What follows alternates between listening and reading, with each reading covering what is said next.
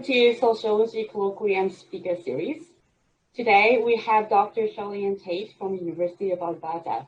Thank you, Shirley, for joining us today.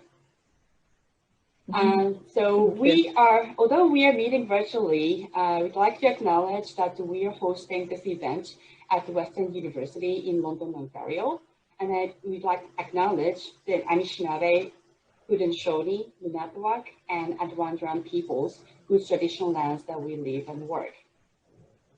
Today, we are very excited to welcome Dr. Tate. She's a professor of sociology and Tier 1 Canada Research Chair in Feminism and Intersectionality. She's based in the Department of Sociology at the University of Alberta. She's also an honorary professor in the chair in Critical Studies in Higher Education Transformation at Nelson Mandela University, South Africa.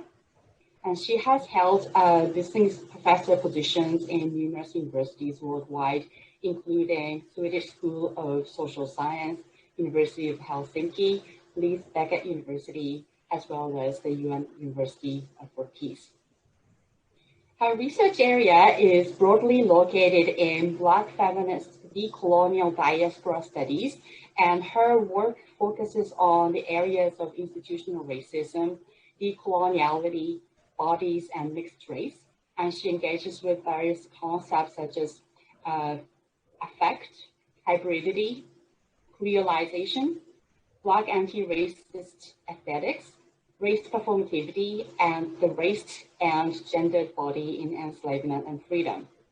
She leads a number of international research projects and has an extensive list of publications. Her publication over the last 5 years alone includes 4 monologues and 1 co-authored book, among other co-edited books and journal articles. And that also includes the book titled Inside the Ivory Tower, Narratives of Women of Color Surviving and Thriving in British Academia. So today her talk is titled Under Psychic Institutional Pain and Silence in Academia, and she'll be speaking for about 30 minutes, and her talk will be followed by a Q&A, and that will be moderated by my colleague Patrick Denise. So without further ado, I'd like to welcome Dr. Tate.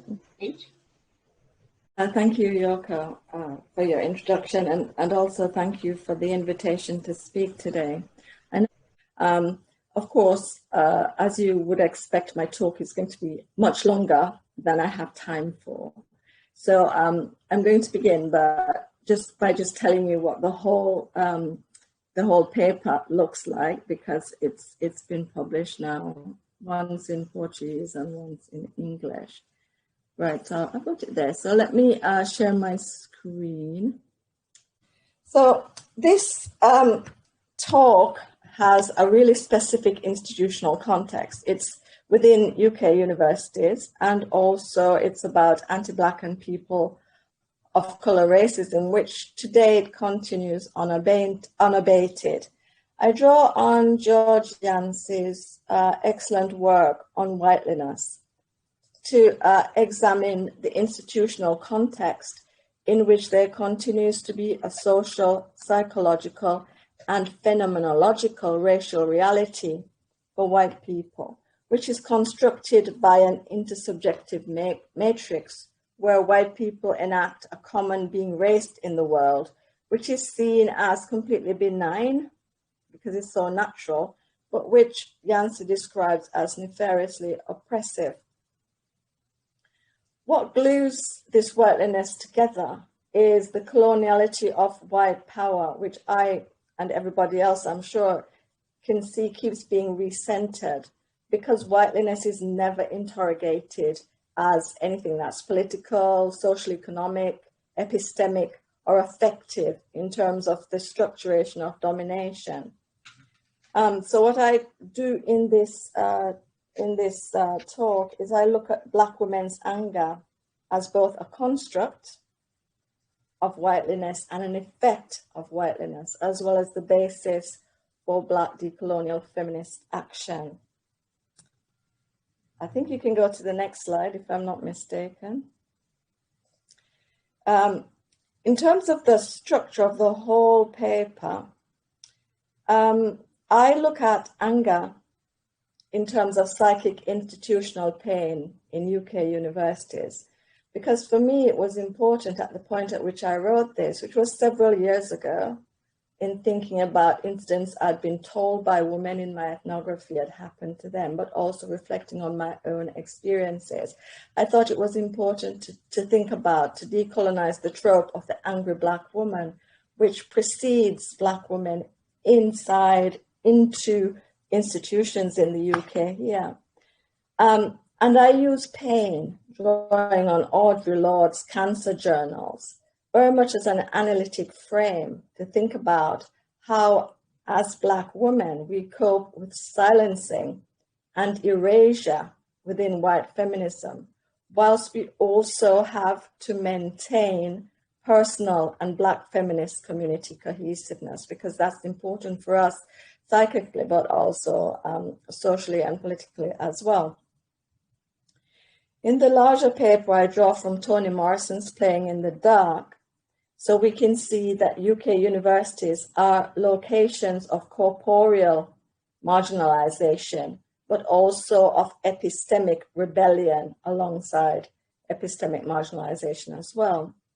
So for me, psychic institutional pain is developed through this analysis as both repressive and productive of Black feminist critique, Black feminist politics, and Black feminist theory. Seeing anger as psychic institutional pain, I feel, is productive. It's agentic when we notice that it is rooted in responses to racist injustice. Showing the depth of Black feminist anger at intersectional racism through the Jamaican Creole phrase, me vex, which means I'm very angry, recognizes the source of vexation, of Black feminist anger pain as affects emerging outside of Black women themselves. I keep letting people in, okay? This is an important aspect when we think about decolonizing the angry Black woman. And for me, at the time that I wrote this chapter, and the first time I spoke it, I really realized that this critique was long overdue, for me, at any rate. Me vex, and this comes out of my Jamaican heritage, also enables more decolonial work.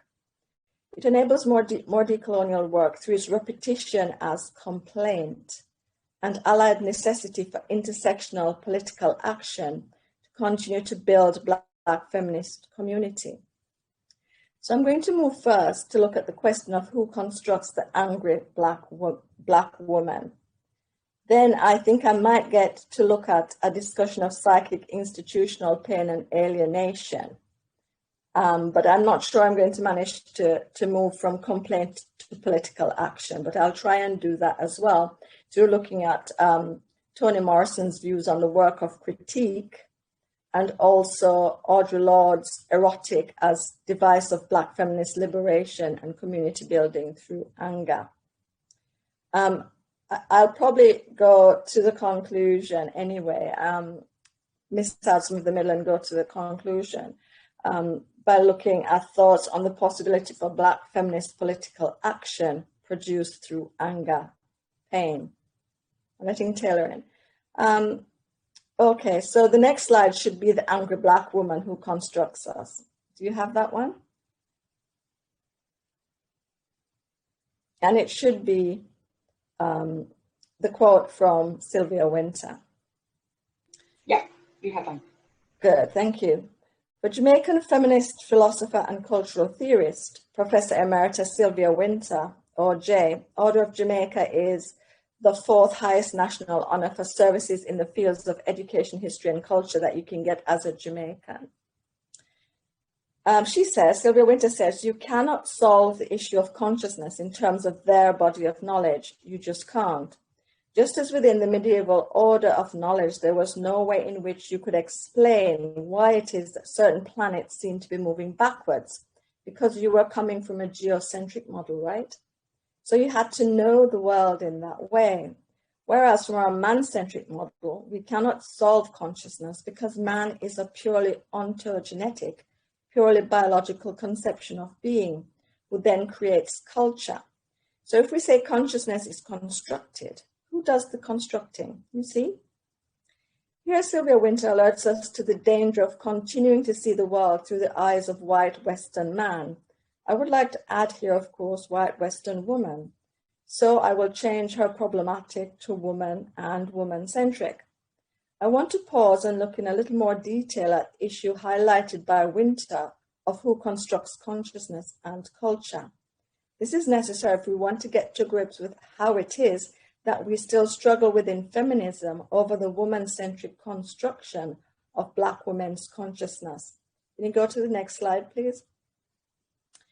As well as this, staying with the theme of anger, I want to remember specifically our socio-cultural construction as the always already known angry Black woman who is inherently defensive. It is particularly important to look at the psychic life and material effects of this white construction of our anger as a prelude to its decolonization.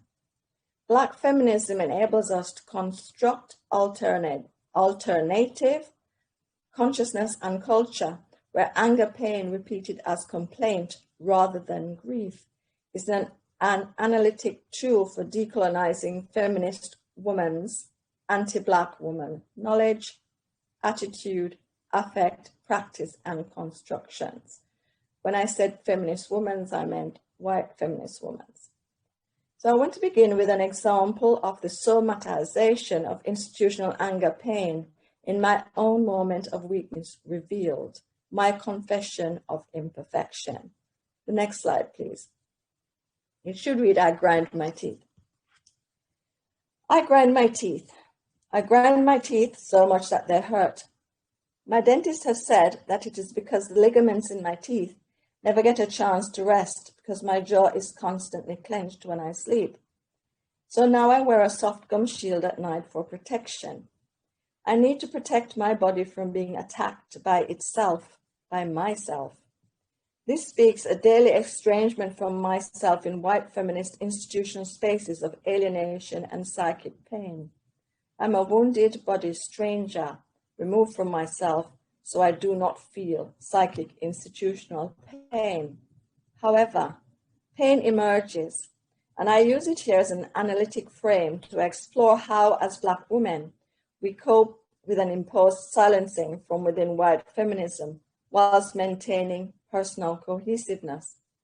As both repressive and productive of Black feminist critique in spaces of alienation, such as UK universities, psychic institutional pain can also be agentic when we notice that it is rooted in anger at racist injustice.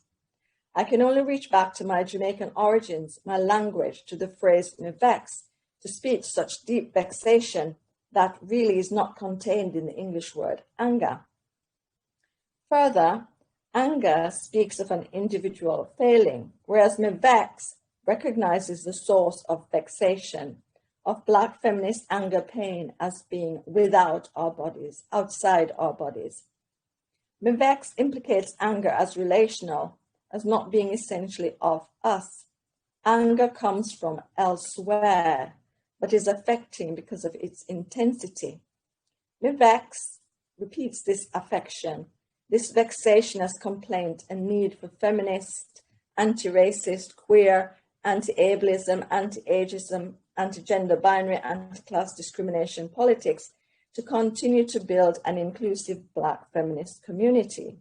That is, me vex speaks against the affection of psychic institutional pain and alienation. Then we move to the next section, psychic institutional pain and alienation. The example above of me grinding my teeth shows that there's a physical location to my psychic institutional pain. It is transferred to my teeth. It is my teeth that feel terror, unhappiness, loneliness, and dread, as my heart refuses to cope with this psychic burden made flesh for fear it will burst open. My teeth are the physical location within my body of the alienation of being set apart, caused by white feminist racism and its exclusionary affective relationalities. We should remember that being set apart refers to both physical exclusion and intellectual marginalization, intellectual erasure, within context in which woman, read as white, is institutionally dominant. In these contexts, Black feminist liberation thought is marginalized within the feminist canon, and there's also exclusion of myself, my body, from white feminist conviviality in UK universities. I do not grind my teeth because I was born a teeth grinder, but because I've been made into one. I've been made into one because of the anger I feel at working in a white institution, in, with, and through the pain produced by the negative affective and material effects of racism and heteropatriarchy. The pain of gritting your teeth so hard that your jaw hurts. The pain of being silenced personally, politically, and epistemologically. The pain of solitude, of being utterly alone in your conviction that injustice occurred. The pain which emerges through your fear of ostracism and its actual occurrence. I want to share with you an example of why I grind my teeth. Can you go to the next slide, please? It should start the head of department. The head of department is a white feminist who sees feminism as a point of commonality between you. You work with colleagues for months on developing a proposal for a new area on racism, critical ethnic, critical whiteness, and decolonial studies. You have been told there will be 4 new areas in your department. Other colleagues in the department complement your group's proposal and use it as a template to develop their own. However, your proposal is rejected by senior management team Fiat. 4 academics areas become 3. In one fell swoop, work on racism, decolonial theory, critical ethnic studies, critical whiteness studies has been eradicated from the department without any question being asked by the wider faculty, without open discussion or intellectual debate. What do you think of feminist sisterhood now? A feminist sisterhood which in fact speaks openly about the need to get people out of bunkers. Interesting, isn't it, how when you work on anything to do with critiquing white supremacy, you are in a bunker. Well, speaking of out of that bunker created for me and other Black women by this white feminist use of white privilege and institutional white power, no wonder me vex. My anger is one that burns hot, hard, and deep, and it is one that I freely admit I've carried with me for years. It is reignited when new injustices emerge to remind me that there is no such thing as tolerance, and if it did exist, it would be based on me being tolerated by a whiteness, by a womanness, which it ignores that it is itself intolerable. To say me vex is not to tolerate this white supremacy any longer because it produces this anger, my teeth grinding because of the daily white supremacy-induced pain I encounter in white institutions. I write white supremacy-induced here to show that I'm not inherently angry. Rather, like other Black women, anger emerges at racist injustice. In white institutions, my thoughts have been stolen, my body vilified, my presence only heard through the voice of the angry Black woman who can't help but be defensive. The angry Black woman then has been constructed by whiteness as a prelude to the erasure of Black feminist critique. The angry Black woman is part of racism's erotic life within UK universities. The erotic life of racism, to quote from Sharon Patricia Holland, in institutions continues to produce what Alexander Weheliye calls racializing assemblages as the angry Black woman becomes Autenspiller's flesh. The pain of the anger produced by white feminist racism enables a move away from the violence of feminist sisterhood. And this move away occurs because, can you go to the next slide, please? It should be the scary side on pain. So this move away from feminist sisterhood occurs because the most essential aspect of pain is its sheer aversiveness. The very content of pain is itself negation. If to the person in pain it does not feel averse, and if it does not in turn elicit in that person aversive feelings towards it, it is not in either philosophical discussions or psychological definitions of it called pain. Pain is a pure physical experience of negation, an immediate sensory rendering of against, of something being against one, and of something one must be against. Even though it occurs within oneself, it is at once identified as not oneself, not me, as something so alien that it must right now be gotten rid of. When I found this scary quote, I have to admit I was quite relieved that I'd actually found something which talked about pain as something that had to be got rid of from the body, because that to me is very much about anger and the feelings of pain that you get and that women get, Black women get, from continuous racism. To become myself, I must refuse psychic institutional pain's negation. I must refuse anger's negation. To rid myself of this anger is itself liberating, because it roots me elsewhere, and elsewhere with a background, and elsewhere which removes me from the flesh of the Middle Passage and enslavement. This is an elsewhere not dependent on what Glisson calls philosophies of the one of the West, to become myself, outside of the gaze of white feminist recognition. Refusing white feminist-induced pain is necessary for personal freedom, because the psychic institutional pain which makes me grind my teeth produces what Scary calls an almost obscene conflation of private and public. And to continue to quote her, it brings with it all the solitude of absolute privacy with none of its safety, all the self-exposure of the utterly public with none of its possibilities for camaraderie or shared experience. Racism's construction of the angry Black woman as unasked for solitude and self-exposure mean that our Black skins are constantly overlain by Fanon's colonial masks. I will be against that construction as much as it is against me. I will see it as not me, as abject. I will eject it from myself. Saying me vex enables me to get rid of this psychic institutional pain, because it returns me to who I am. It returns me to Black feminist community, to Caribbean feminist thought, to Marcus Garvey's Black nationalism, to Frantz Fanon's decolonization of the colonial psyche, to Walter Rodney's Black power, to Jamaica's Nanny as a maroon guerrilla fighter, a chief fighting against British colonialism and enslavement. It seems to me that white feminism seeks to limit my field of vision within a UK internal racial colony that lives on in universities, in which white feminist knowledge and curricula in which Black feminist thought is present for 1 week's teaching, if at all, tend to rule the UK internal racial colonial space of universities. These are some of the reasons why I'm vexed. However, I'm tired of only being able to express my anger at such racist injustice in the solitude of teeth grinding while I sleep. My gum shield has taught me that anger should not, and indeed cannot, be ignored.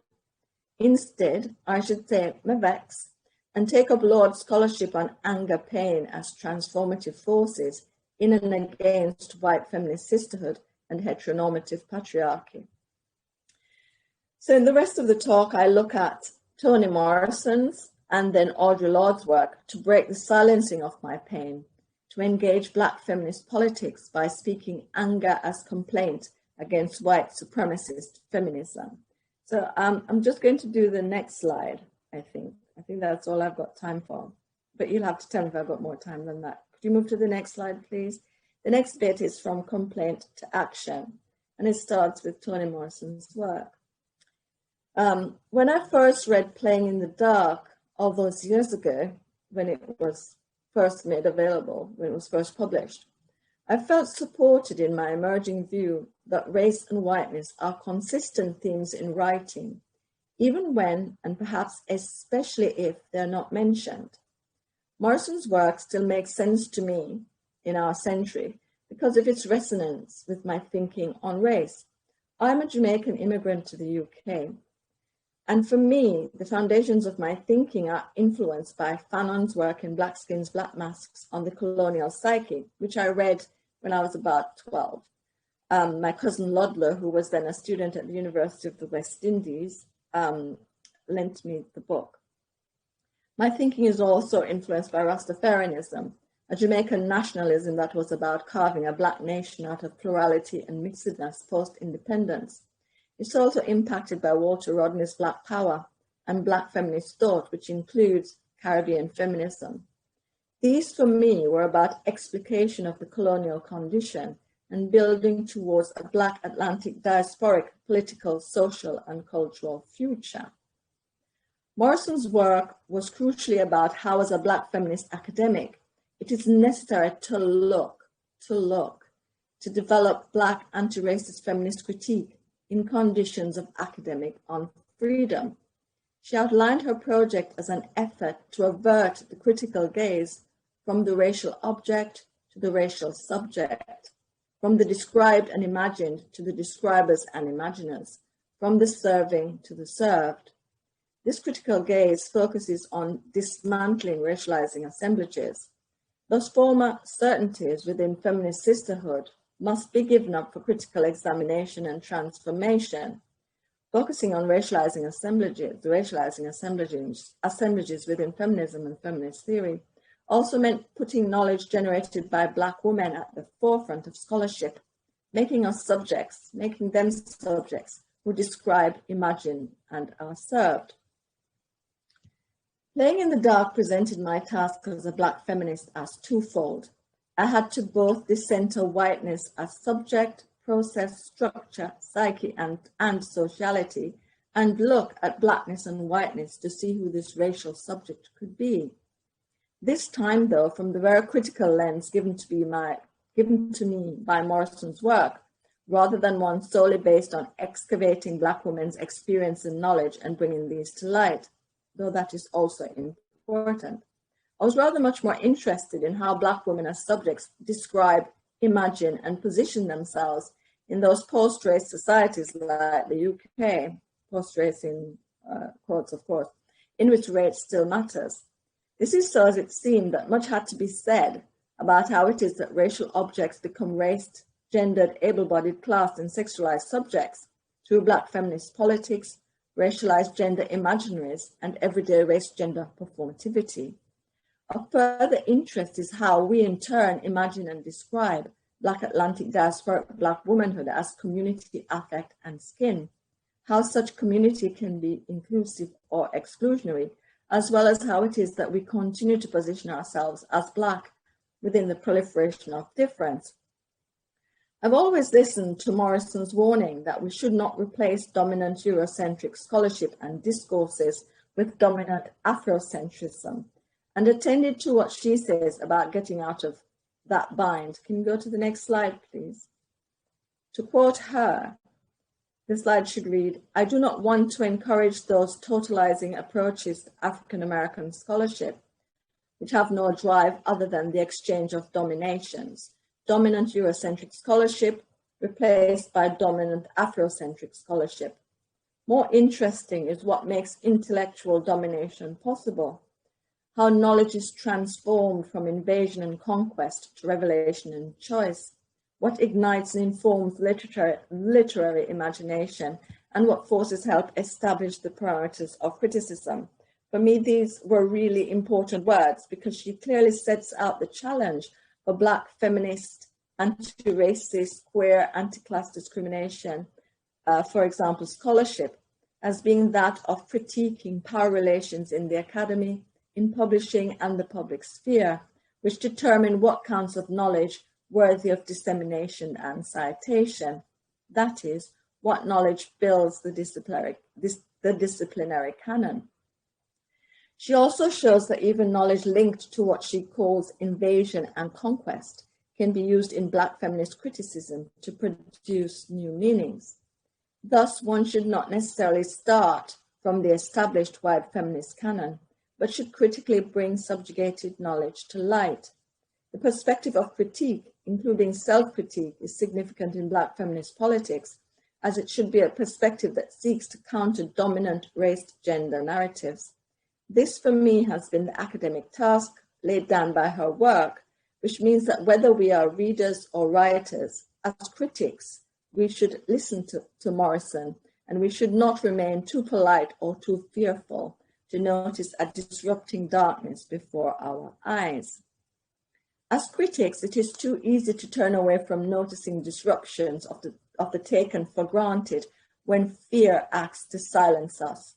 Fear of being wrong, fear of being an outsider, fear of being ridiculed, fear of being seen to be not political or conscious enough as Black women, fear of being cast as the angry Black woman, fear of being placed in that bunker. Fear is an immobilizing affect, but one that must be dealt with if we are to think a Black feminism that recognizes and gives a place to difference. We have to get over fear to explore how it is that we can still maintain Black feminist politics within the academy and within activism as a point of identification, mutual recognition and respect within and through difference. Okay, so I'm now going to skip a bit because I know that I'm running out of time. Should I just go to the conclusion? Anyone can tell me? I'm happy to take you the slides to the conclusion if you'd like. Okay, very good. I think it should actually have conclusion on it. I hope. Yeah, it should say conclusion. Agencies embrace. Or yeah, it's it should say agencies emergence through anger, pain. Exactly. Yep. In Eye to Eye, Lord distinguishes between pain and suffering. Pain is an event, she says, an experience that must be recognized, named, and then used in some way in order for the experience to change, to be transformed into something else, strength, or knowledge, or action. Suffering, on the other hand, is the nightmare reliving of unscrutinized and unmetabolized pain. Pain is sharp and distinct, but suffering exists as an inescapable cycle. This suffering is very much seen to be the basis of Black liberation thought in Caribbean and Africana philosophy, according to Louis Ricardo Gordon. White feminist invocation of Black women's suffering essentializes the Black feminist subject as the angry Black woman. Sarah Ahmed usefully describes this invocation as producing tension outside of one's body. Thus, it is not just that feelings are in tension, but that the tension is located somewhere.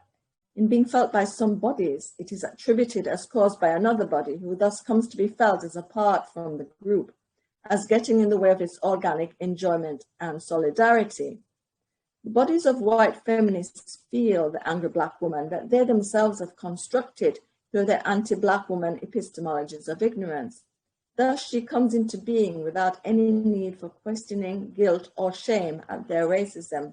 This anger they feel with eager expectancy is always the fault of that Black woman over there, me, and her, my unending suffering because of a racism which white feminists cannot find in white psyches, societal structures, knowledges, institutions, or relationalities. Racism's only location is in that chip on our shoulders from which our anger emerges. I'll stop there. Thank you, Dr. Tate. I'll turn it back over to Yoko, just since we're at time to wrap up a little bit and remind us of our next meeting. So before we wrap up, I'd like to announce that the next talk will be scheduled on March 12th, in 2 weeks' time. And we will have a speaker, Dr. Kimberly Hauser from University of British Columbia. But before I close, I really would like to thank Dr. Tate. Thank you very much for your inspiring and empowering and very interesting talk. Thank you so much for joining us today. And so, yeah, I wish you stay well, and then hopefully we will keep in touch in the future. Thank you. Thank you Thanks so much. A lot. Goodbye, everyone.